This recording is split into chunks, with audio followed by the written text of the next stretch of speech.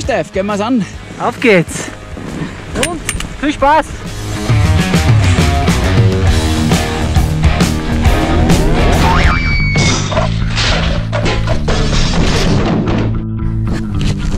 Simon, du bist auf Tauchstation gegangen. Hey, soll ich dir eine richtige Technik sagen?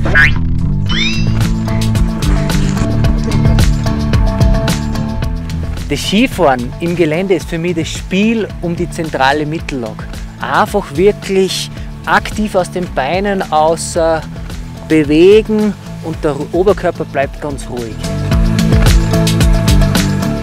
Acht darauf, dass du eine schmale Skiführung fährst, um dir den Snowboard-Effekt zu Nutzen zu machen.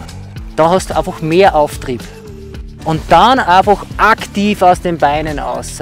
Oberkörper bleibt ruhig und dann pfeift.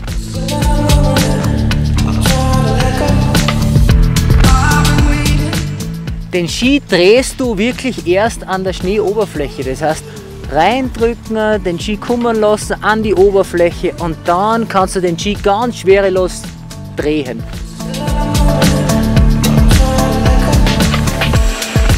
Diese Delfinübung ist total gut zum Start im Tiefschnee.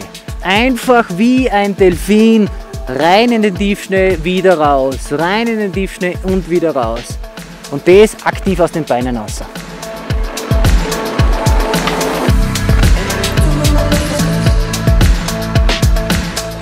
Bei der Steilwandübung auf der Piste ist durch ein aktives Lösen, heben sie sogar die Skienden und entsteht dieser Drehimpuls. Und dadurch bist du mit dem Schwerpunkt in der richtigen zentralen Mittellage.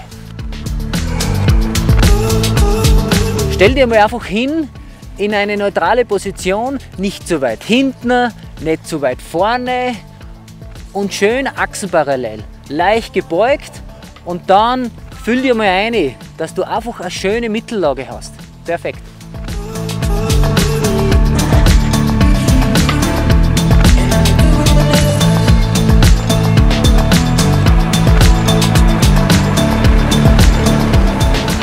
Beim Tiefschneefahren ist ein ruhiger Oberkörper ganz wesentlich, weil dann sind wir aktiv in den Beinen. Und da üben wir das auf der Piste mit Stecken in Vorhalte, ganz parallel halten, parallel zur Piste, um den Oberkörper so ruhig wie möglich zu halten.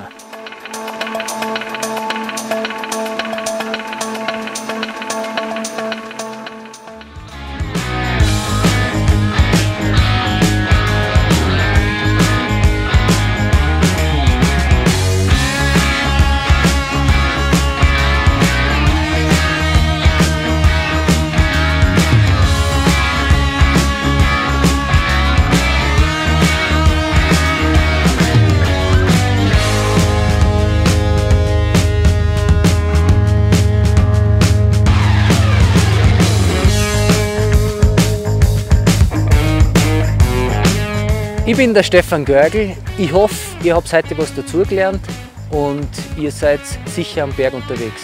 Viel Spaß!